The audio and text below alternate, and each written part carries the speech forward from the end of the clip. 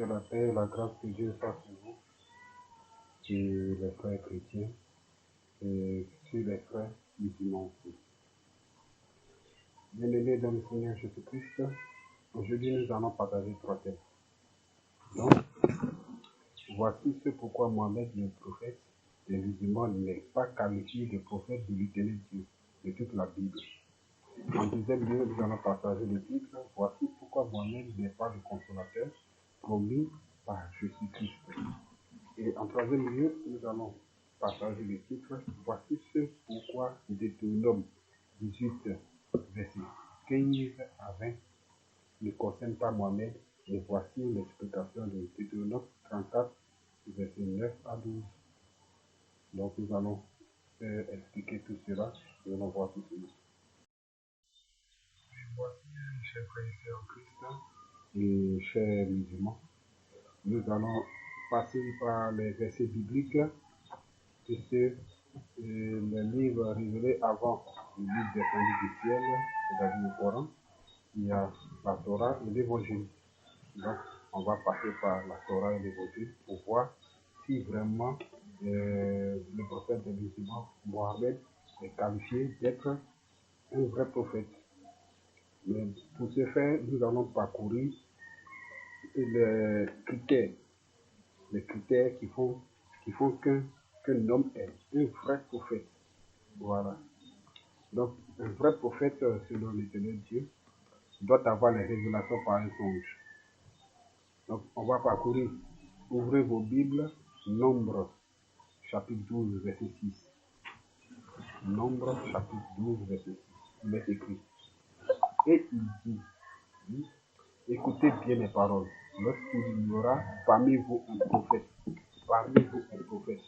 c'est dans une vision que moi, l'Éternel, je me révélerai à lui, c'est dans un songe que je lui parlerai. Donc, qu'est-ce que l'Éternel veut nous faire comprendre? En grosso modo, dans Nombre chapitre 12, verset 6, pour reconnaître un vrai prophète, premier critère, c'est l'Éternel doit lui parler par les songes. Vous comprenez? Voilà.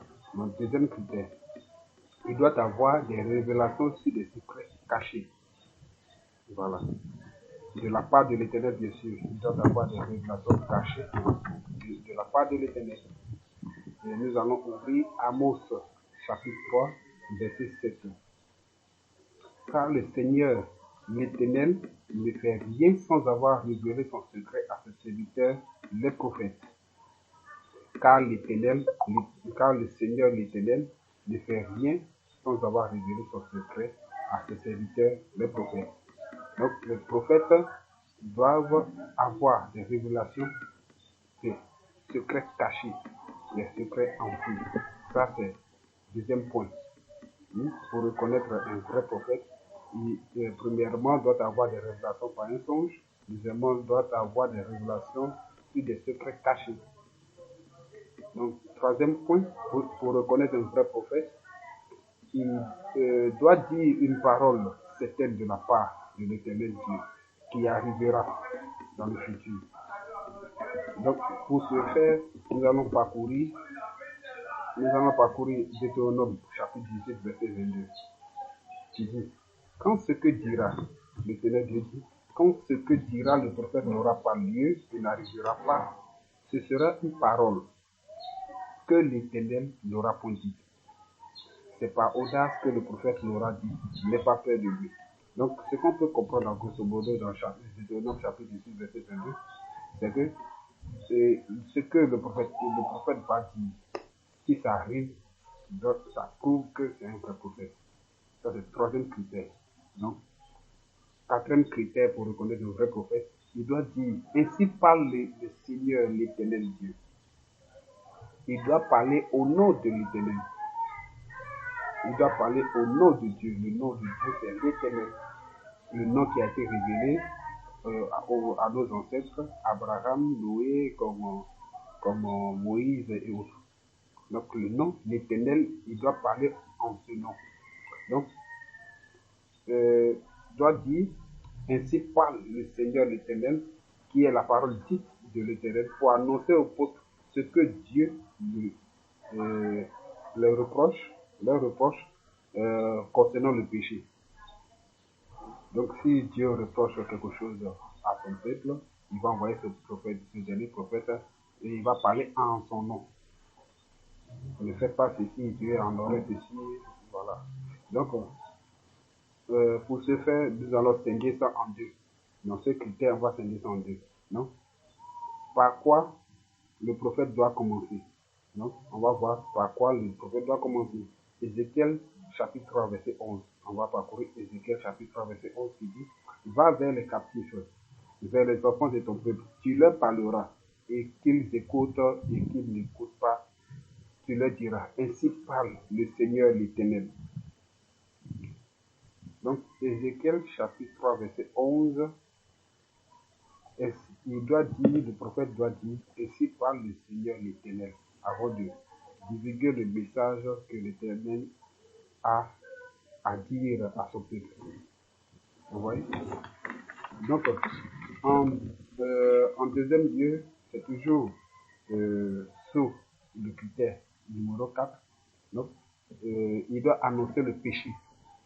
Ce que Dieu a contre le peuple, avertit le peuple du péché. Donc, pour ce faire, on va parcourir Ézéchiel chapitre 3, toujours même Ézéchiel chapitre 3, verset 21. Donc, on dit: mais si tu avertis le juste de ne pas pécher, si le prophète avertit le juste de ne pas pécher et qu'il ne pêche pas, il vivra parce qu'il s'est laissé avertir. Et toi, tu sauveras ton âme. Donc, le prophète a pour but d'annoncer, d'avertir en ce qui concerne le péché. Voilà, il doit annoncer le péché. Ce que Dieu a contre le peuple. Bon, maintenant, on va voir Ézéchiel chapitre 44, versets 9 à 12. Donc, on dit: l'Éternel Dieu leur fait des reproches sur leur pratique à travers les prophètes. Donc, quand vous parcourez, moi j'ai juste fait un résumé de ce passage de Ézéchiel 44, versets 9 à 12. Donc vous allez lire par là, vous allez voir que l'Éternel Dieu passe par le prophète pour faire des reproches sur les pratiques faites par le peuple. Vous comprenez un peu? Voilà. Donc, on a 4 critères pour reconnaître un vrai prophète. Le premier critère, il doit avoir des révélations par un songe. Deuxième critère, il doit avoir des révélations sur des secrets cachés. Troisième critère, il doit dire une parole certaine qui va arriver de la part de l'éternel Dieu dans le futur. Et quatrième critère, il doit, avant de parler, il doit dire: ainsi parle l'Éternel Dieu. Il doit parler au nom de l'Éternel, au nom de Dieu. Voilà. Maintenant, voici les critères que nous avons vus de long en large qui définissent un vrai prophète. Voilà. On va voir les critères qui définissent un faux prophète. D'accord. Un faux prophète, il ne parle pas audace. Il ne parle pas audace au nom d'un autre Dieu qu'il attribue à la parole de l'Éternel. Donc, pour ce faire, Deutéronome chapitre 18, verset 20, on a bien précisé. La parole de Dieu dit: mais le prophète qui aura l'audace de dire en mon nom une parole que je ne lui aurais point commandé de dire, ou qui parlera au nom d'autres dieux, ce prophète-là sera puni de mort. Donc, il y a des prophètes qui ne parlent pas audace et qu'ils attribuent cette parole à l'Éternel Dieu. Ils attribuent cette parole, ils disent que c'est Dieu qui a dit. Ah, vraiment. Mais l'Éternel a dit dans le Deutéronome chapitre 18, verset 5, que si par audace il a fait ça, si par audace il a parlé à mon nom, ce que je n'ai pas dit, ce prophète sera puni de mort. Donc je vous laisse deviner, chers musulmans, qui est puni de mort. Parce que je vous rappelle, tous les prophètes ont été précipités parce qu'ils ont annoncé la vérité, ils ont annoncé le péché. Mais comparativement à votre prophète, il est puni de mort. Voilà. Et deuxième critère qui fait que par lequel on peut remarquer un faux prophète, il menace ceux qui l'écoutent pour qu'ils considèrent ses propos. Un faux prophète, il va toujours menacer pour qu'on puisse l'écouter, pour qu'on puisse considérer ce qu'il dit. Voilà un faux prophète. Un faux prophète, il n'annonce pas la repentance. Contrairement aux 4 critères qu'on a vus pour un vrai prophète, un faux prophète, lui, quant à lui, n'annonce pas la repentance. Il n'annonce pas ce qu'est le péché. Même s'il annonce, ce n'est pas continuellement, c'est passager, rarement. C'est rarement il annonce le péché. C'est rarement il annonce la repentance. C'est toujours lui qui voit bénédiction. C'est toujours lui qui voit mariage. C'est toujours lui qui voit maison dans la vie de quelqu'un. C'est toujours lui qui voit une voiture dans la vie de quelqu'un. Mais jamais il ne voit péché et il ne l'amène personne à se repentir. Voilà. Donc, troisième critère c'est le troisième critère qu'on vient de voir. Maintenant, on va voir le quatrième critère qui dit il reçoit plutôt les révélations d'une tierce personne, un ange ou un démon. Voilà. Nous apprenons dans ces derniers jours, de fin des temps, qu'il y a des faux prophètes qui s'en vont prendre le pouvoir chez les marabouts. Ils s'en vont chez les marabouts, ils prennent le pouvoir et ils viennent, ils attestent à c'est Dieu qui leur a parlé, qui leur a dit ceci. Donc, méfiez-vous de ces faux prophètes. Vous allez les remarquer, ils portent des bagues magnétisées. Et surtout, leur Bible ne touchez pas, c'est une Bible magnétisée. Et surtout, leur mouchoir ne touchez pas, c'est des mouchoirs magnétisés. Et surtout, ne touchez pas à leur canne, c'est le canne de la mort. Ne touchez pas. Et ne le laissez pas vous imposer des mains. C'est des faux prophètes. Voilà. Donc, cinquième critère par lequel on peut reconnaître un faux prophète, il ne dit pas, ce faux prophète, il ne va pas dire, ainsi parle le Seigneur l'Éternel. Il ne va pas dire ça. Mais il va dire plutôt, Dieu m'a montré. Ou plutôt, il va dire, Dieu m'a révélé. Ou plutôt, il va dire, Dieu a parlé. Ou plutôt, il va dire, Dieu a dit. Ou plutôt, il va dire, Dieu m'a dit. Vous comprenez? Voici les astuces pour les critères d'un faux prophète. S'il a commencé à dire ceci, automatiquement reprenez conscience et sachez que c'est un faux prophète. Voilà. Maintenant, sixième critère pour reconnaître un faux prophète, il demande que l'on s'incline devant lui pour recevoir les bénédictions. Ça, jamais. Il n'y a jamais eu cela dans la Torah où un prophète a demandé à quelqu'un de s'incliner devant lui pour recevoir une bénédiction. Mais, en ces derniers jours, ces faux prophètes sont beaucoup plus que les vrais prophètes. Je ne dis pas qu'il n'y a pas de vrais prophètes, il y a de vrais prophètes. Je vous ai cité les critères, donc de la manière dont il faut les reconnaître. Voilà. Donc les faux prophètes, là, ils vont vous exiger que vous vous agissez, vous incliniez pour recevoir une bénédiction de leur part. Mais il ne faut pas dire une bénédiction du nom de Jésus-Christ, non. Il se glorifie en face de vous. Voilà. Septième critère pour reconnaître un faux prophète, il donne des préceptes d'homme et les attribue à l'éternel Dieu. Donc, tout ce qu'il aura à dire, c'est la pensée humaine. Tout ce qu'il aura à dire, c'est ce que l'autre a vécu, qui va venir vous dire. Vous comprenez un peu? Il a écouté l'histoire de quelqu'un, d'une tierce personne, et il prend cela, il vient lui dire que c'est ce qui s'est passé dans ta vie. Vous comprenez un peu de quoi je parle? Donc, il donne des préceptes d'homme et les attribue à l'éternel Dieu. Donc, l'éternel Dieu ne l'a pas parlé. Donc, huitième critère pour reconnaître un faux prophète, il exige qu'il soit appelé prophète. Il va exiger que vous l'appelez prophète. Ça, c'est un faux prophète. Quelqu'un qui est riche, par exemple, je prends un exemple quoi. Quelqu'un qui est riche et qui demande à ce qu'on l'appelle un richard, il est orgueilleux par nature. Vous comprenez? C'est de la même manière, excusez-moi, c'est de la même manière quelqu'un qui est un vrai prophète, il ne viendra pas exiger qu'on l'appelle prophète. Non. Puisqu'il va parler au nom de l'éternel Dieu. Et forcément, ce qu'il a dit, l'éternel l'accomplira à la lettre. Voilà. Donc, neuvième critère pour reconnaître un faux prophète, il annonce pour un gain ou un présent honteux. Ce qui ne doit pas annoncer, juste par orgueil ou ignorance. Vous comprenez bien?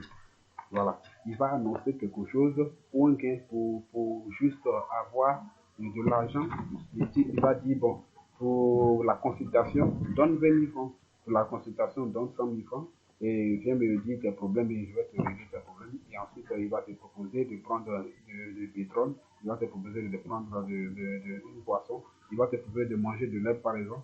Il va te proposer d'aller au bord de la mer pour pouvoir prier.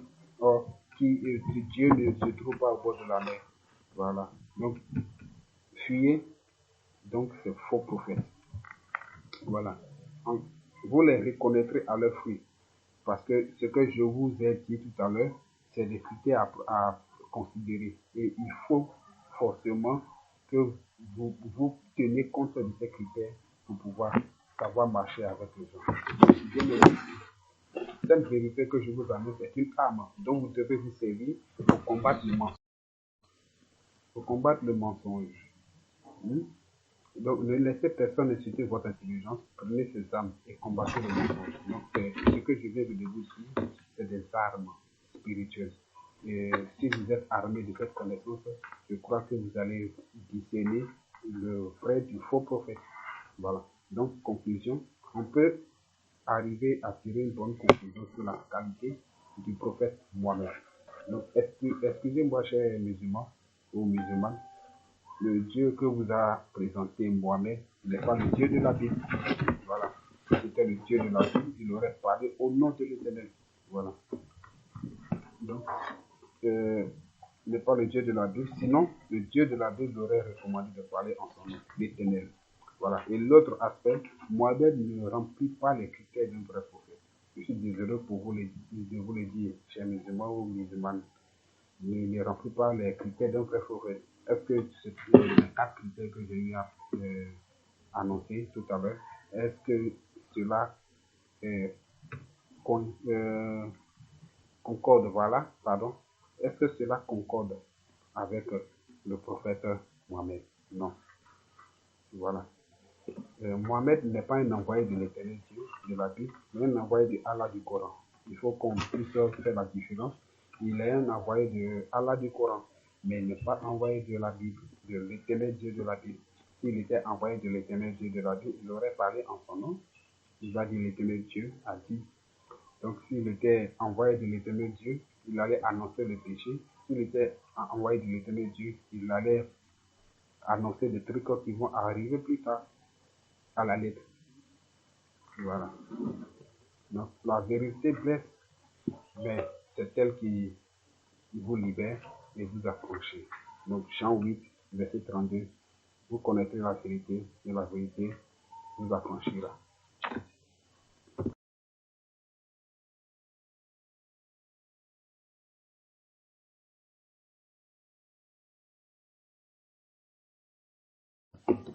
Bien-aimés dans le Seigneur Jésus-Christ, nous allons décortiquer le deuxième titre qui dit « Voici pourquoi Mohammed n'est pas le consolateur promis par Jésus-Christ ». Donc nous allons décortiquer cela et nous allons démentir sur les propos mensongers des musulmans. Voilà. Donc le consolateur est envoyé par Jésus-Christ et rend témoignage de Jésus-Christ. Donc le consolateur a pour rôle il doit être envoyé par Jésus-Christ. Voilà. Et il doit rendre témoignage en la personne de Jésus-Christ.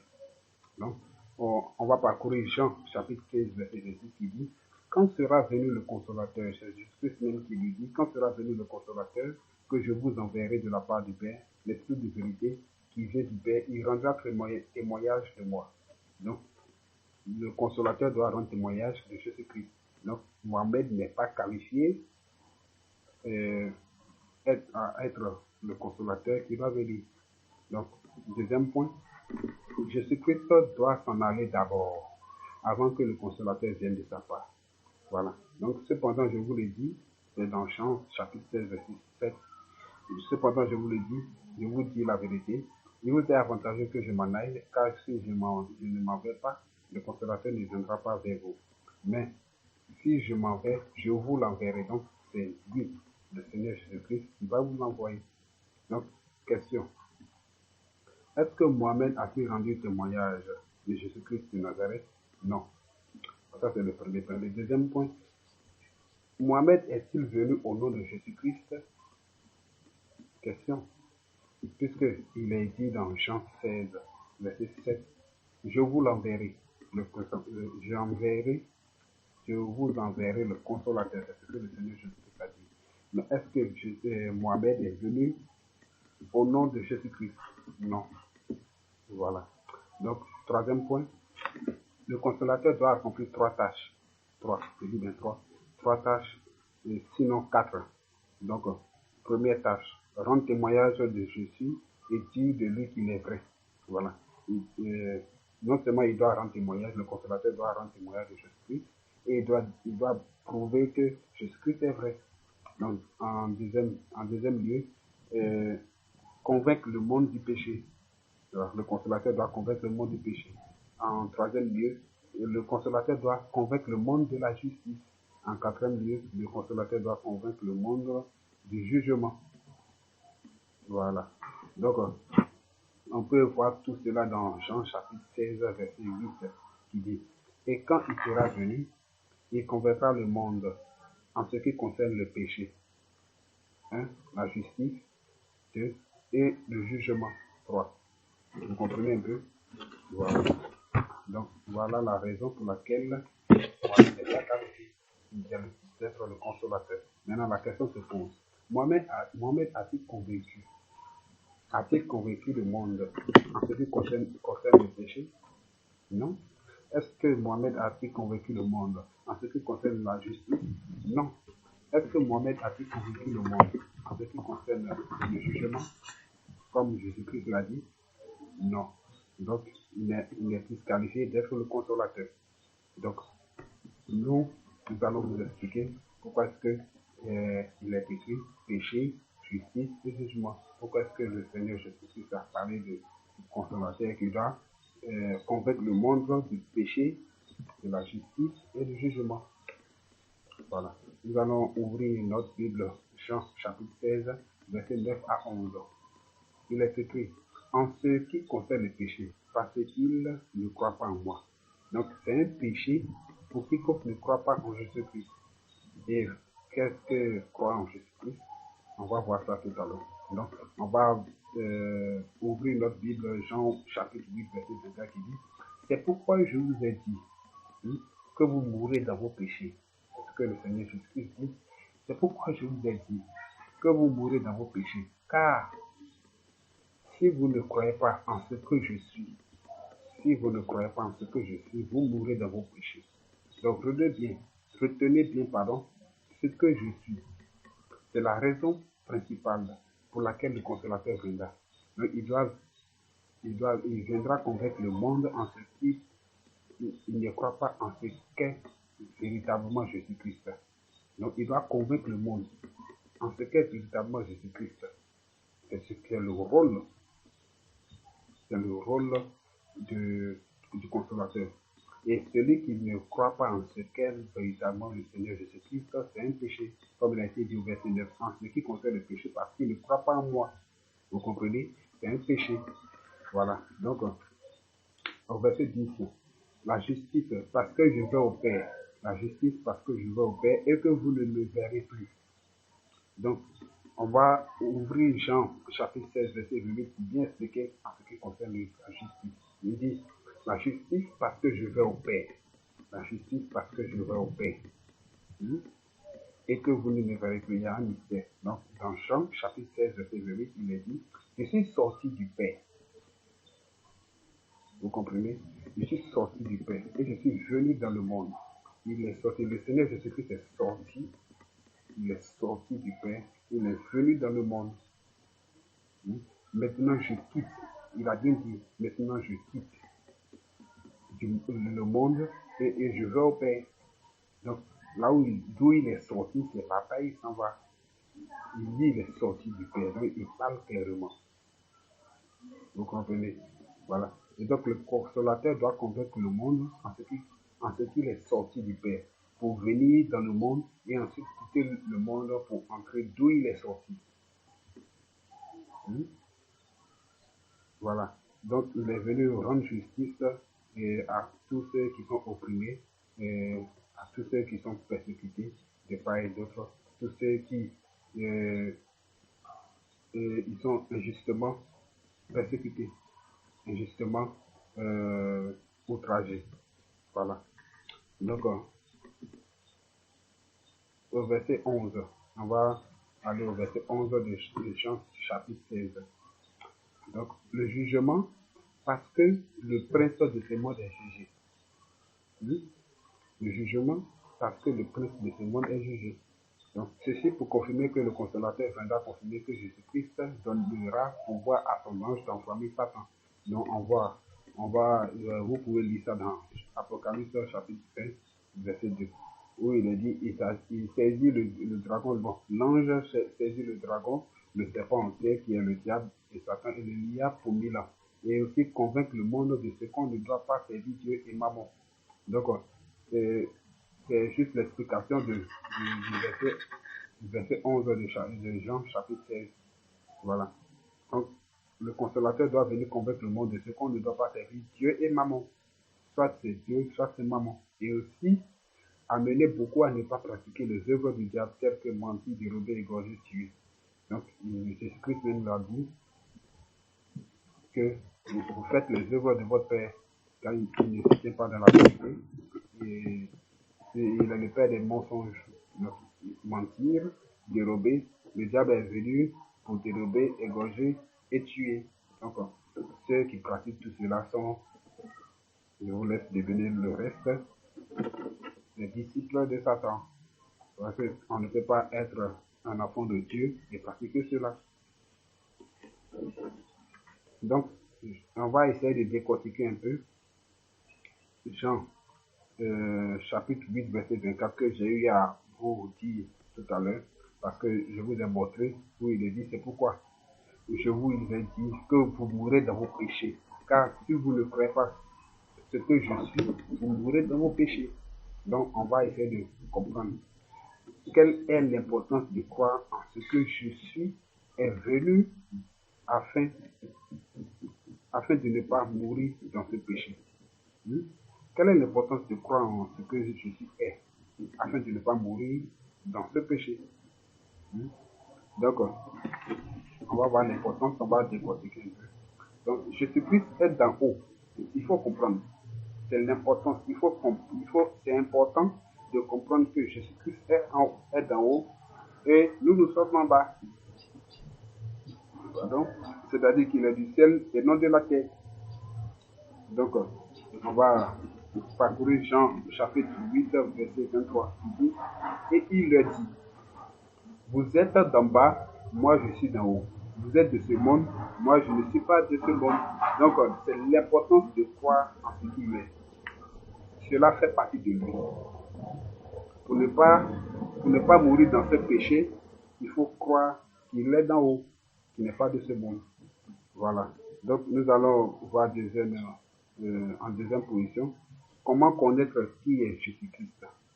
Comment arriver à connaître qui est Jésus-Christ. Donc, Jean chapitre 8, toujours le même chapitre, on va aller au verset 28. Je suis donc leur dit, quand vous aurez élevé, vous écoutez bien, quand vous aurez élevé le Fils de l'homme, alors vous connaîtrez ce que je suis. Et que je ne fais rien de moi-même, mais que je parle selon ce que le Père m'a enseigné. Vous comprenez? Donc, il dit, et quand vous aurez élevé le Fils de l'homme, Jésus-Christ dit aux pharisiens, il dit aux pharisiens et juifs que lorsqu'ils auront élevé le Fils de l'homme, ça ne veut pas dire qu'il va, quand ils vont le mettre en haut, ou soit, quand ils vont l'attacher en haut, il va partir en haut. On va le faire, ou ça, les manèges là. Les manèges où il y a le vent qui emporte l'homme en haut là, voilà. C'est pas de ça on parle. C'est un parabole. Il parlait aux pharisiens en parabole. Donc, il a dit aux pharisiens, lorsqu'ils auront élevé le Fils de l'homme, alors ils connaîtront qui il est.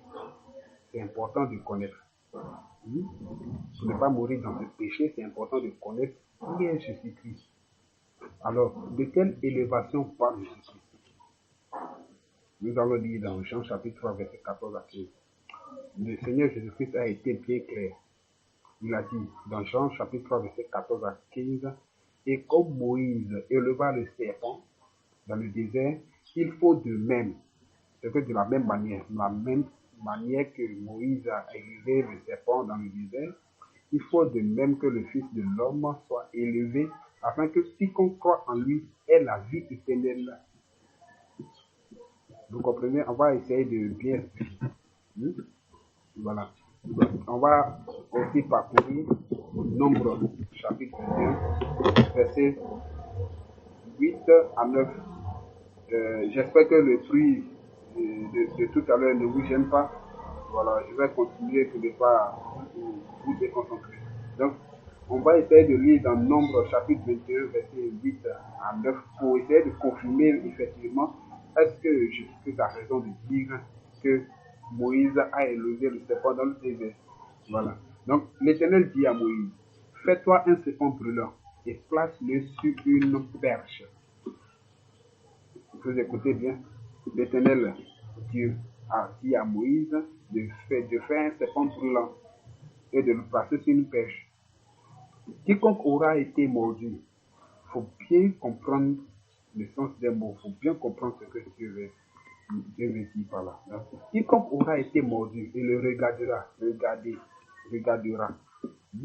conservera la vie. Vous comprenez un peu? Je vais décortiquer tout cela tout à l'heure. Donc Moïse fit un serpent d'airain et le plaça sur une perche. Et quiconque avait été mordu par un serpent et regardait le serpent d'airain conservait la vie. Et donc effectivement, il y a l'accomplissement de ce que l'Éternel Dieu a dit à Moïse dans le verset 9. Voilà. Alors, qu'est-ce que Jésus-Christ de Nazareth aimerait nous faire comprendre par élever le Fils de l'homme? Lorsque nous lisons dans Nombre chapitre 21, verset 8 à 9, Moïse a bel et bien fait un serpent d'airain sous l'ordre de l'Éternel. Mais qu'a-t-il fait de ce serpent? Il l'a placé sur une perche. Il a placé le serpent sur une perche. Et donc, ce que Jésus-Christ aimerait nous faire comprendre, c'est que le fait de placer le serpent, le fait d'airain, sur une perche, symbolise Jésus-Christ de Nazareth comme étant le serpent, cloué sur une croix. C'est une révélation. Et qu'est-ce que le fait de le clouer sur la croix symbolise-t-il? Dans le même livre de Nombre, chapitre 21, verset 9, il est écrit que quiconque avait été mordu par un serpent et regardait le serpent derrière conservait la vie. Alors, ce qui rejoint le verset 15 du chapitre 3 du livre de Jean, qui dit, afin que quiconque croit en lui ait la vie éternelle. C'est ce que le Seigneur Jésus a dit dans Jean chapitre 3, verset 15. Il dit, afin que quiconque croit en lui ait la vie éternelle. Et donc, Jésus-Christ aimerait nous faire comprendre que le fait qu'ils ont jeté le regard, qu'ils ont projeté le regard sur le serpent fait d'airain, ça symbolise quiconque croit en ce qu'il s'est sacrifié et cloué sur la croix à la vie éternelle. Vous comprenez un peu le mystère? De la même manière dont Moïse a élevé le serpent dans le désert, afin que quiconque projette son regard sur ce serpent fait d'airain conserve la vie, c'est de cette même manière que quiconque croit en ce sacrifice fait par Jésus-Christ sur la croix à la vie éternelle, juste en croyant, sans avoir vu. Pas comme en voyant de ses propres yeux le serpent élevé dans le désert par Moïse pour avoir la vie éternelle. Voilà. Donc c'est pour cela que Jésus-Christ nous a dit, heureux ceux qui n'ont pas vu et qui ont cru. On va voir cela dans Jean chapitre 20, verset 29. Donc c'est pour cela que le Seigneur Jésus-Christ a dit, heureux ceux qui ont cru sans avoir vu. Donc la croyance en Jésus-Christ ça doit porter aussi son sacrifice sur la croix. Donc, chers musulmans, pardonnez, ne venez pas nous dire que c'est Paul qui nous a endoctrinés. Non. La doctrine de Jésus-Christ vient de Dieu, vient de lui-même, vient du Père. C'est ce qu'il a dit. Et tout ce qu'il dit, tout ce qu'il profère de sa bouche ne vient pas de lui-même. Il dit c'est le Père qui a mis dans sa bouche, c'est lui qui le dit. Voilà. C'est ce que le Père dit, c'est ce qui sort de sa bouche. Il ne le dit pas de lui-même. Voilà. Donc, heureux ceux qui ont cru sans avoir vu. Donc, c'est le mystère qui est là. J'ai bien expliqué. Si vous n'avez pas bien compris, vous pouvez retourner la vidéo en arrière et réécouter. Donc, cependant, lisons dans Jean chapitre 11, verset 25 à 26, où je suis. Je suis la résurrection et la vie. Celui qui croit en moi vivra, quand même il serait mort. Et quiconque vit et croit en moi ne mourra jamais. Crois-tu cela? C'est ce que le Seigneur Jésus-Christ dit dans Jean chapitre 11, verset 25 à 26. Donc, il parle bien de croire en lui. Et croire en lui stipule croire en ce qu'il est et la mission pour laquelle il est venu dans le monde, pour ainsi avoir la vie éternelle. Donc, il y a deux choses. Il faut croire ce qu'il est et croire la mission pour laquelle il est venu dans ce monde, pour avoir la vie éternelle. Jean 3, verset 16, qui dit Dieu a tant aimé le monde qu'il a donné son Fils unique afin que quiconque croit en lui ait la vie éternelle.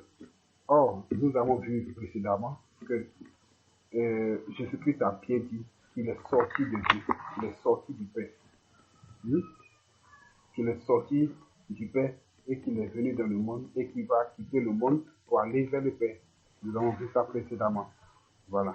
Donc, ce qu'on a vu précédemment, ça porte à croire que dans Jean 3, verset 16, il dit Dieu a tant aimé le monde qu'il a donné son Fils. Au lieu de lire son Fils bien-aimé, il faut lire Dieu a tant aimé le monde qu'il a donné ce qui est sorti de lui-même. Afin que quiconque croit en ce qui est sorti de lui-même, c'est-à-dire l'Esprit de Dieu, ait la vie éternelle. Donc, quiconque croit ne veut pas dire il faut passer le temps, il faut remonter le temps jusqu'à l'époque de Jésus-Christ pour voir et croire. Donc, heureux ceux qui ont cru sans avoir vu. Donc, le fait de croire en ce sacrifice, le fait de croire en ce que l'Esprit de Dieu a quitté la puissance, l'autorité et la gloire, on dit dans Philippiens chapitre 2 qui dit il s'est dépouillé lui-même en se rendant obéissant jusqu'à la mort de la croix. Donc, il s'est dépouillé lui-même. Donc, il avait une gloire avant de venir dans le monde. Donc, il a laissé la gloire, l'autorité et la puissance. C'est cela qu'il appelle, écoutez bien, Dieu. Dieu, ça signifie autorité, gloire et puissance. Donc, il a laissé cela et il est venu dans le monde pour accomplir une tâche donnée, afin que quiconque, dans les générations à venir, croit en ce sacrifice ait la vie éternelle. Donc, on va dire, remarquons bien qu'il a été dit que quiconque vit et croit en moi ne mourra jamais. C'est ce qu'on a lu dans Jean chapitre 11, verset 26 à 26. Donc, quiconque vit et croit en moi ne mourra jamais. Autrement dit, quiconque vit et croit en Jésus-Christ ne mourra jamais. Donc, ceci rejoint Matthieu chapitre 22, verset 32 qui dit le Dieu d'Abraham, le Dieu d'Isaac et le Dieu de Jacob n'est pas le Dieu des morts. Je reprends. Le Dieu d'Abraham, le Dieu d'Isaac et le Dieu de Jacob n'est pas le Dieu des morts, mais des vivants. Vous comprenez? Et donc la condition posée par Jésus-Christ ici est d'être en vie d'abord. Donc la première condition, c'est d'être en vie d'abord. Donc ce qui veut dire que Dieu, Jésus-Christ, donne la vie éternelle à celui qui croit en ce qu'il est et en ce pourquoi il est venu au monde. Et la condition pour croire, il faut que tu sois vivant. Donc, c'est une chose pour toi, cher musulman, d'être vivant.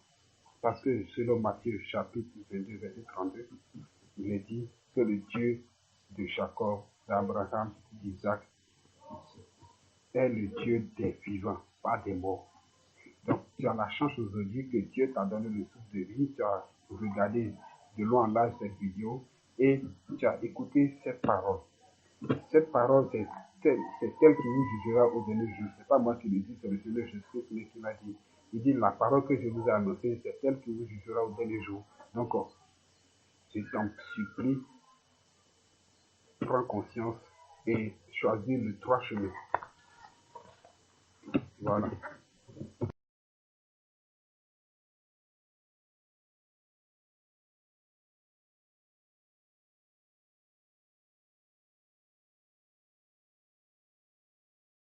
Nous allons parcourir le troisième titre, chers bien-aimés, qui dit, voici ce pourquoi Deutéronome chapitre 18, verset 15 à 20, ne concerne pas Mohamed.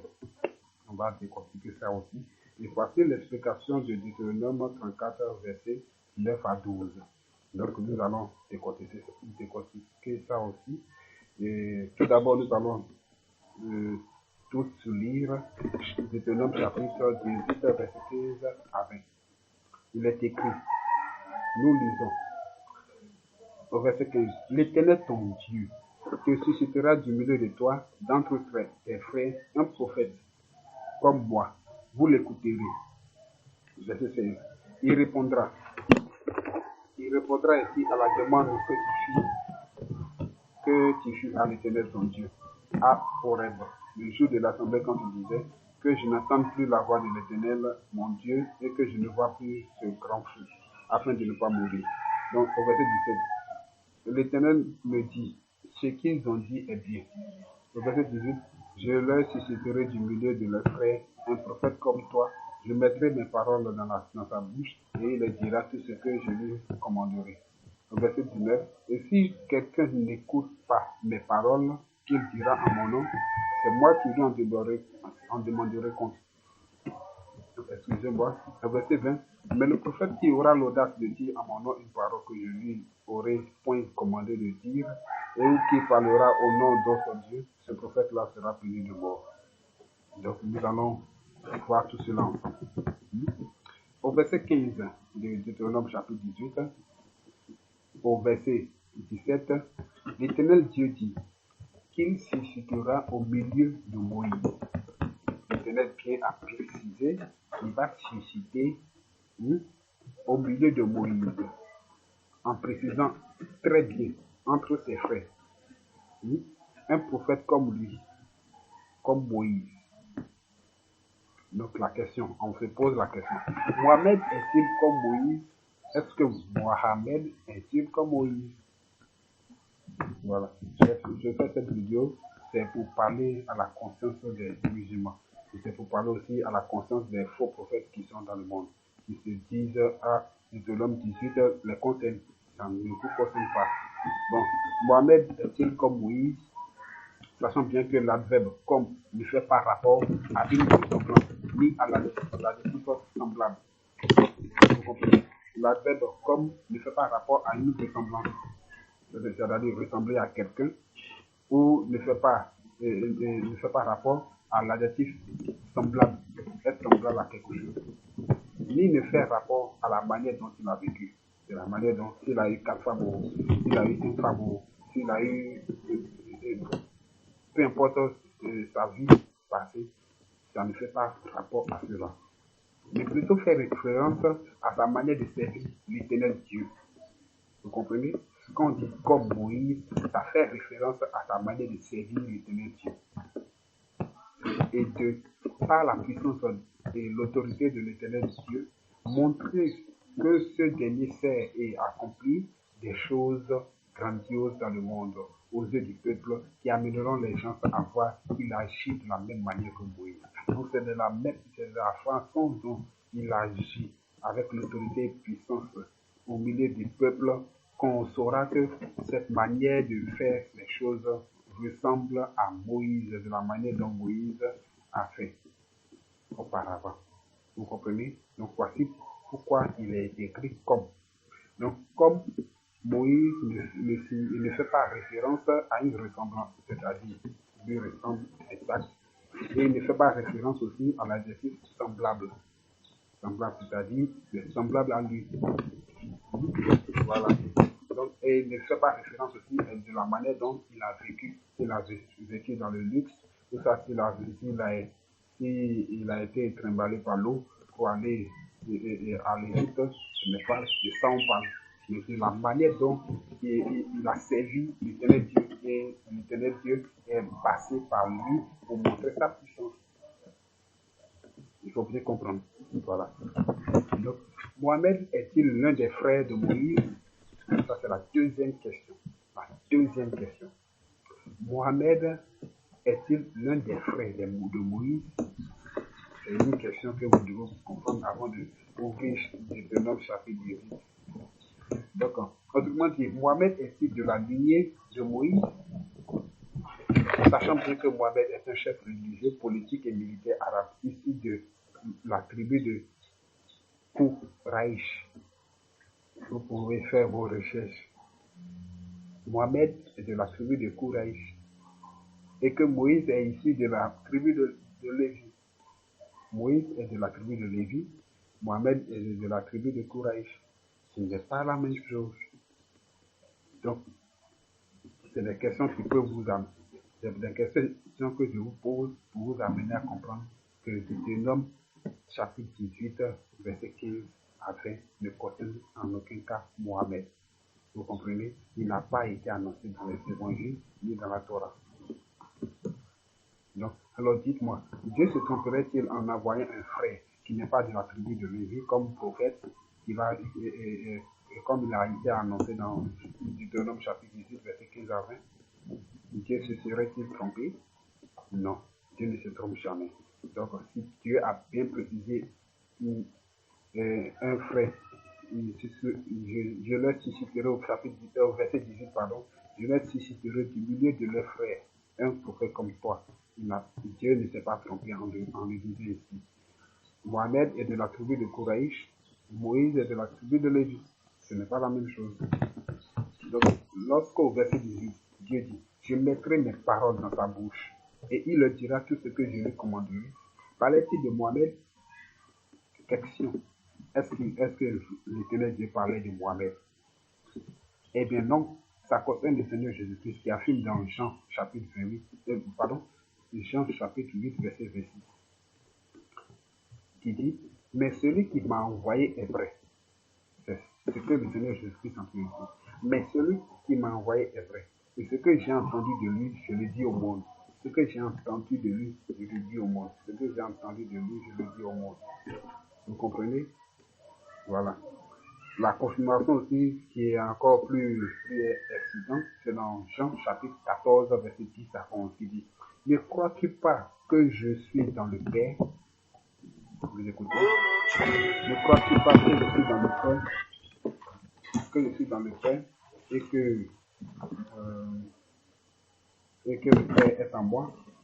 Les paroles que je vous dis, je ne le dis pas de moi-même, mais c'est le Père. C'est le Père qui demeure en moi. Vous avez la confirmation. Vous avez la confirmation dans Jean chapitre 14, verset 10 à 11. Jésus-Christ déclare lui-même que les paroles qu'il est en train de dire, que les paroles qu'il est en train de dire, et ce n'est pas lui qui le dit, mais c'est le Père qui est en lui qui le dit. On va relire. Ne croyez pas que je suis dans le Père et que le Père est en moi. Les paroles que je vous dis, je ne les dis pas de moi-même. Donc ça veut dire que c'est le Père qui demeure en lui qui le dit. Et le Père qui demeure en moi, c'est lui qui fait les œuvres.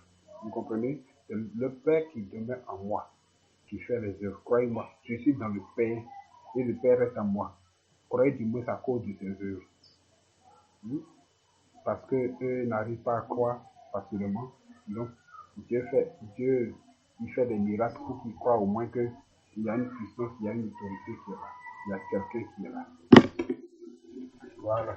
Donc, le verset 19, vous l'écoutez très bien. Le verset 19 qui dit, et si quelqu'un n'écoute pas mes paroles, qu'il dira en mon nom, c'est moi qui lui en demanderai compte. Est-ce que cela concerne moi-même? Si quelqu'un n'écoute pas mes paroles et qu'il dira en mon nom, c'est moi qui lui demanderai compte. Est-ce que cette parole concerne moi-même? Eh bien, je suis désolé de vous décevoir. Eh bien non, cette parole concerne Jésus-Christ, concerne la personne de Jésus-Christ. Donc nous lisons dans Jean chapitre 12, verset 48. Jésus-Christ dit, celui qui me rejette et qui ne reçoit pas mes paroles, lui sa parole.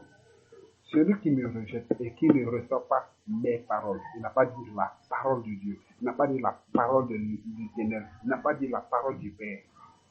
Celui qui me rejette, celui qui rejette Jésus-Christ et qui ne reçoit pas sa parole à lui, à ce juge. Je reprends Jean chapitre 12, verset 48. Jésus-Christ dit, celui qui me rejette et qui ne reçoit pas mes paroles à son juge, ce qui rejoint, si quelqu'un n'écoute pas mes paroles, qui dira en mon nom, vous écoutez, c'est moi qui lui en demanderai compte. Or, précédemment, on a vu que Jésus-Christ dit dans Jean chapitre 14, que les paroles que Jésus-Christ a dit, les paroles que je vous dis, je ne les dis pas de moi-même, mais c'est le Père qui demeure en moi. Donc ça veut dire que c'est le Père qui demeure en lui qui est en train de le dire. Et lorsque au verset 19 de Deutéronome chapitre 18, qui dit, et si quelqu'un n'écoute pas mes paroles, qui dira en mon nom, c'est moi qui lui en demanderai compte. Vous avez simplement dit dans Jean chapitre 12, verset 48, celui qui rejette, ça se rejoint. Celui qui me rejette et qui ne reçoit pas mes paroles, il s'est attribué cette parole. Depuis l'Ancien Testament jusqu'à son époque, il s'est attribué, le Seigneur Jésus-Christ s'est attribué cette parole. Il dit, celui qui me rejette et qui ne reçoit pas mes paroles à son juge. La parole que j'ai annoncée, la parole que Jésus-Christ a annoncée, c'est elle qui le jugera au dernier jour. Alléluia. Amen. La parole que Jésus-Christ vous a annoncée, ça sort du Père. Ça sort du Père, Jean 14, verset 6 à 11, ça sort du Père. Donc, cette parole, c'est elle qui va vous juger au dernier jour. Autrement dit, ça rejoint Deutéronome chapitre 18, verset 19, qui dit, si quelqu'un n'écoute pas les paroles que Jésus-Christ a dit là, il va lui demander des comptes. C'est très clair. Donc, la parole, c'est que ce qui a été dit dans Deutéronome chapitre 18, verset 19, ne concerne en aucun cas le prophète Mohammed. Je suis désolé pour vos chers musulmans, ça ne le concerne pas. Voilà. Or, précédemment, nous avons lu que les paroles que Jésus-Christ annonçait venaient de Dieu. On a lu, non? Voilà. Alors, nous pouvons dire que ce que Dieu dit au travers de Jésus-Christ, c'est cette parole qui jugera quiconque au dernier jour. Donc, au verset 20, on est allé pas à pas pour vous montrer que Deutéronome chapitre 18, il n'y a pas la place de Mohammed. Donc, au verset 20 de Deutéronome chapitre 18, donc, lequel des deux, c'est-à-dire Jésus-Christ de Nazareth et Mohammed, est mort? Lequel des deux? Lequel des deux? Parce qu'au verset 20, mais le prophète qui aura l'audace de dire en mon nom une parole que je lui aurais point commandé de dire, ou qui parlera au nom d'autre Dieu, ce prophète-là sera puni de mort. Maintenant, la question se pose. Lequel entre Jésus-Christ et Mohammed est mort? Je vous rappelle que le Seigneur Jésus-Christ est toujours vivant. Jusqu'à l'heure où je vous parle, il est toujours vivant. Voilà. Et les Écritures en parlent aussi. Dans Luc chapitre 24, versets 44 à 47, vous allez voir là-bas que Jésus-Christ est revenu. Et il a parlé aussi dans Jean 20, verset 22 à 26, qu'il parlait à Thomas. Vous comprenez? Donc il est réellement venu, Thomas a vu de ses propres yeux, a mis son doigt. Et là, Thomas a appelé le Seigneur Jésus-Christ véritablement Seigneur Dieu. Vous pouvez vérifier cela dans les Écritures. Thomas a appelé le Seigneur Jésus-Christ Seigneur mon Dieu. Et Jésus-Christ n'a pas répliqué pour dire ne m'appelle pas mon Dieu, parce qu'il est dans son état C'est son état qui est là. Il est l'Esprit de Dieu. Jésus-Christ, étant Esprit de Dieu, accepte ce qu'on appelle Dieu. Jésus-Christ, quand il était en chair, il a prouvé, il a discuté cela de sa divinité avec les Juifs dans Jean chapitre 8 et dans Jean chapitre 14. C'est une discussion de la divinité qui est en la personne de Jésus-Christ. Et il a révélé qu'il me voit voir le Père. Donc il a montré aux gens de cette époque que c'est lui-même. Et il a dit dans Jean chapitre 8, vous pouvez chercher le verset, que ce que je vous ai dit dès le commencement. Donc il s'attribue les paroles prophétiques de l'Ancien Testament. Voilà. D'accord. Donc, lequel des deux, c'est-à-dire Jésus-Christ de Nazareth et Mohamed est mort? N'est-ce pas Mohamed? Donc, alors que Jésus-Christ de Nazareth est toujours vivant jusqu'à présent. Cependant, on se pose la question de savoir, est-ce que Mohamed, le prophète de l'islam, a été prophétisé au nom d'autres dieux pour mériter une mort sans persécution? Je vous précise bien. Est-ce que Mohamed, le prophète de l'islam, a été prophétisé au nom d'autres dieux pour mériter une mort sans persécution? Puisque la mort qu'il a eu à subir n'est pas une mort de persécution. On n'a pas persécuté pour qu'il puisse mourir. Selon les récits, il est mort par empoisonnement, donc sans être persécuté. Donc, ça le disqualifie d'un vrai prophète. Car presque tous les prophètes que l'Éternel Dieu a envoyés ont été tués par les hommes, mais étonnamment, Mohamed, non. Voilà. Donc, on va donner l'explication de Deutéronome chapitre 34, versets 9 à 12. Mais on va lire d'abord. Donc, Josué, fils de Nun, était rempli de l'esprit de sagesse, car Moïse avait posé ses mains sur lui. Moïse avait posé les mains sur Josué avant qu'il ne parte, avant qu'il ne soit mort, que l'Éternel Dieu l'emporte pour aller l'enterrer quelque part où jusqu'à présent on ne trouve pas son sépulcre, mais il est enterré quand même par l'Éternel Dieu, selon les Écritures. Voilà. Donc, les enfants d'Israël lui obéirent et se conformèrent aux ordres que l'Éternel avait donnés à Moïse. Il n'a plus paru en Israël. Voici ce qui dérange beaucoup les musulmans, le verset 10. Il n'a plus paru en Israël de prophète semblable à Moïse, que l'Éternel connaissait face à face. Les musulmans se contentent de ce verset pour juger Deutéronome chapitre 18. On va continuer à lire au verset 11. Une ne peut plus être comparée pour tous les signes. Vous avez bien compris. Nul ne peut être comparé à Mohamed pour tous les signes et les miracles que Dieu l'envoya faire au pays d'Égypte contre Pharaon, contre ses serviteurs et contre tout son pays. Le verset 12. Et pour tous les prodiges de terreur que Moïse accomplit à main forte sous les yeux de tout Israël. À l'époque. Vous comprenez? À l'époque là. Donc, il faut qu'on essaie de bien comprendre. Lorsqu'on lit le verset 10 à 12 de Deutéronome chapitre 34, l'on peut comprendre que l'Éternel Dieu insinue qu'il n'y a pas eu à cette époque-là un homme pouvant accomplir des miracles. Il faut qu'on se comprenne bien. Pouvant accomplir des miracles, des signes, des prodiges de terreur comme Moïse l'a fait à l'égard de Pharaon en Égypte. Voilà. C'est tout. C'est tout. Et il ne faut pas tordre les Écritures pour insinuer que cela annule la prophétie de Deutéronome chapitre 18, verset 15 à 20. C'est pour ça que cela explique que ça concerne la personne de Mohamed. Comme on a décortiqué tout à l'heure, Deutéronome chapitre 18, verset 15 à 20 ne concerne en aucun cas Mohamed. On l'a décortiqué tout à l'heure. Voilà. Donc, quand Mohamed est disqualifié de ce passage de Bible, puisqu'il n'a rien accompli de semblable aux œuvres accomplies par Mohamed et par Moïse, au nom de l'Éternel. Voilà. Donc, il faut qu'on comprenne bien dans quel sens. Mais au verset 10 de Deutéronome chapitre 34, j'aimerais vous faire comprendre que l'Éternel Dieu n'a pas dit, il n'y aura plus, il ne va plus paraître, il ne va plus paraître en Israël un prophète semblable à Moïse. L'Éternel Dieu n'a pas dit ça. L'Éternel Dieu a dit, en ce temps-là, il n'a plus paru en Israël de prophète semblable à Moïse.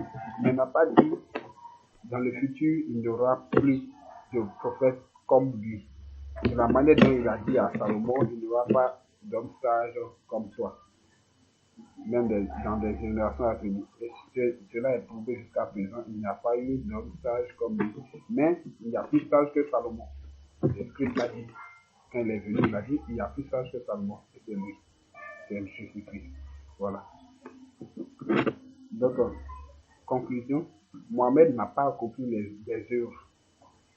Il faut bien comprendre, dans Deutéronome chapitre 34, verset 9 à 12, Mohamed n'a pas accompli les œuvres, miracles, signes, prodiges. Premièrement, œuvres, deuxièmement, miracles, troisièmement, signes, et quatrièmement, prodiges, semblables à Moïse. Mohamed n'a pas accompli ces 4 signes et ces 4 critères dont a parlé le Seigneur Dieu, qui est semblable à Moïse, donc il est disqualifié. Et donc Mohamed n'a jamais été prophétisé dans un passage biblique.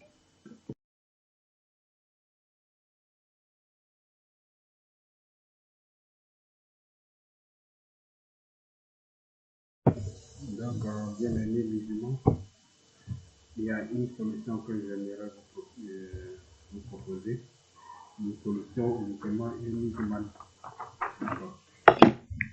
Une seule solution s'offre à vous pour que vous soyez sauvés, et autrement vous serez condamnés, car Jésus-Christ même a dit. Tout d'abord, on va lire dans Marc chapitre 16, verset 16. En premier lieu, croire en Jésus-Christ comme Seigneur et Sauveur. Et en deuxième lieu, se faire baptiser au nom du Seigneur Jésus pour le pardon des péchés et se faire libérer totalement du péché et devenir parfait. Donc on peut devenir parfait. Vous pouvez lire ça dans Colossiens chapitre 1 verset 8, Philippiens 3 verset 15. Donc l'homme peut devenir parfait. Et chers musulmans, chers musulmanes, vous pouvez devenir parfait et vous pouvez être sauvé. Donc on dit, quiconque ne croit pas en Jésus-Christ et qui ne se fera pas baptiser sera condamné. Marc chapitre 16 verset 16. Donc je vous invite, chers musulmans, musulmanes, à choisir le droit chemin. Sincèrement, choisissez le droit chemin. Déjà même, il y a votre Coran, ça doit être Surat 72 verset 21 qui dit, je ne possède aucun moyen. Le Coran dit, je ne possède aucun moyen pour vous faire du mal, ni pour vous mettre sur le droit chemin. Le Coran que Mohamed vous a présenté, Mohamed dit qu'il ne possède pas un moyen pour vous mettre sur le droit chemin. Mais il y a une seule personne qui est le chemin, la vérité et la vie. C'est un chemin, la vérité et la vie. Vous comprenez? C'est au nom de l'Éternel il parle. Mais Jésus-Christ, il n'est pas venu pour blaguer avec quiconque. Il est venu pour te sauver, toi qui me suis. Il est venu pour te sauver. Il est venu spécialement pour toi, pour te faire pardonner. Parce que Dieu a condamné dans la chair les péchés. Est-ce que vous comprenez? Et pour être parfait, il a donné des lois à Moïse depuis l'Ancien Testament. Et cette loi ne rend pas parfait. Il n'y a que en la mort de Jésus-Christ que nous trouvons l'homme parfait, que nous devenons parfaits. Donc, je vous propose, chers musulmans, musulmanes, d'accepter le Seigneur Jésus-Christ. Le fait de ne pas croire en ce qu'il est, c'est déjà un péché. Et lorsque vous allez mourir dans ce péché, ça va devenir grave pour vous après la mort. Il est important de croire en ce qu'il est. Il est important de croire en quelle mission il est venu dans ce monde. Il est très important de croire en cela. Et il est important de croire qu'il a envoyé lui-même de sa propre autorité le consolateur. Il est important aussi de croire qu'il pardonne les péchés. Il dit, ne croyez-vous pas que le Fils de l'homme a sur la terre de pardonner les péchés? Et quiconque qui est habilité à pardonner les péchés, si ce n'est Dieu, c'est Dieu qui est habilité à pardonner les péchés du monde. Mais Jésus-Christ a cette autorité. Et il te dit de lui demander quelque chose, de lui demander ce que tu veux, et il le fera pour toi. Il n'a pas dit tu vas prier le Père pour que cela s'accomplisse dans ta vie. Non, il a dit de le demander et lui il le fera. Il va l'accomplir dans ta vie. Donc, mes chers musulmans, musulmanes, je te demande, reste dans ta chambre.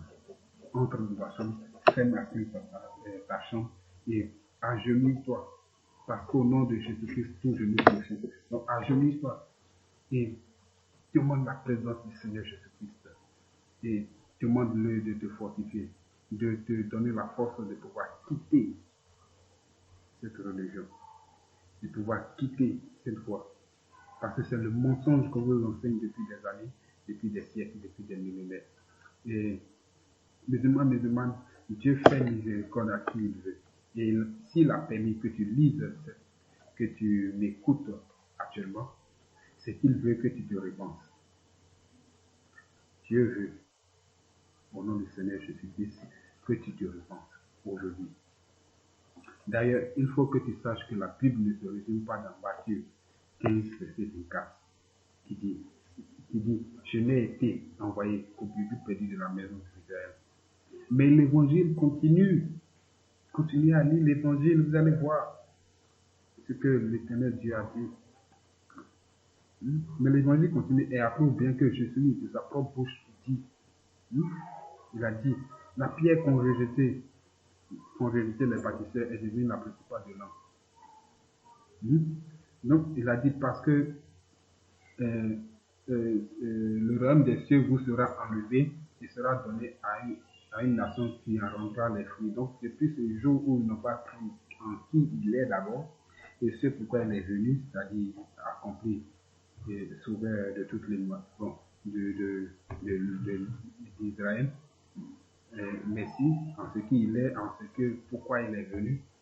Donc le fait qu'il n'a pas cru, il a donné le pouvoir à tous ceux qui auront cru en ce sacrifice, à tous ceux qui auront cru en sa personne, d'être enfants de Dieu et d'hériter du royaume de Dieu. Voilà. Donc, quand les musulmans vous disent dans Matthieu 15, verset 24, que Jésus-Christ même a dit que sa mission principale est je n'ai été envoyé qu'au peuple prédit de la maison d'Israël, je vous prie, chers musulmans, lisez Luc chapitre 24, versets 46 à 47. Nous lisons. Ainsi, il est écrit que le Christ souffrirait. C'est le Seigneur Jésus-Christ même qui dit. Ainsi, il est écrit que le Christ souffrirait et qu'il ressusciterait des morts du troisième jour. Et que la repentance et le pardon des péchés seraient prêchés en son nom à toutes les nations, à commencer par Jérusalem. Donc, la repentance et le pardon des péchés doivent commencer par Jérusalem et se répandre à toutes les extrémités de la terre, c'est-à-dire à toutes les nations. Musulmans, ne se laissent pas berner par des propos qui sont bidons, qui n'ont même pas de sens. Il faut lire toi-même la parole de Dieu et lire en profondeur, à tête posée, et demande la présence du Saint-Esprit pour t'aider à comprendre. C'est comme cela, il s'appelle comment? J'ai oublié son nom. C'est dans les actes des apôtres. Il y avait quelqu'un qui était là et qui lisait Isaïe, mais il n'arrivait pas à comprendre. Mais quand Pierre est venu, je ne sais pas, j'ai oublié un peu l'histoire, et quand il est venu, il a expliqué le passage et aussitôt, vous pouvez aller vérifier, aussitôt, quand il a compris le passage, il s'est fait baptiser dans l'eau. et ce dernier a disparu. Vous comprenez? Donc, je vous demande, chers musulmans, n'écoutez personne de vos proches qui vous voit l'esprit de l'intelligence en vous racontant des choses qu'il ne maîtrise pas. Dieu t'aime, toi musulman. Dieu t'aime, toi musulmane. Il a besoin que tu te répondes et que tu répondes à son appel aujourd'hui. Écoutez, chers musulmans, ce que l'Éternel dit. Proverbe chapitre 8, verset 13. Celui qui cache ses transgressions ne prospère point. Pardon. Celui qui cache ses transgressions ne prospère point, mais celui qui les avoue et les délaisse obtient miséricorde. Donc, pour que vous puissiez bénéficier de cette grâce, pour que vous puissiez bénéficier de la miséricorde de Dieu, il faut que vous avouez vos transgressions. C'est-à-dire, il faut que vous vous repentiez. Il faut que vous vous repentiez. N'endurcissez pas vos cœurs comme lors de la révolte. Si vous écoutez sans voix, si vous entendez sa voix, n'endurcissez pas vos cœurs. Rendez-vous humble d'esprit et acceptez cette vérité.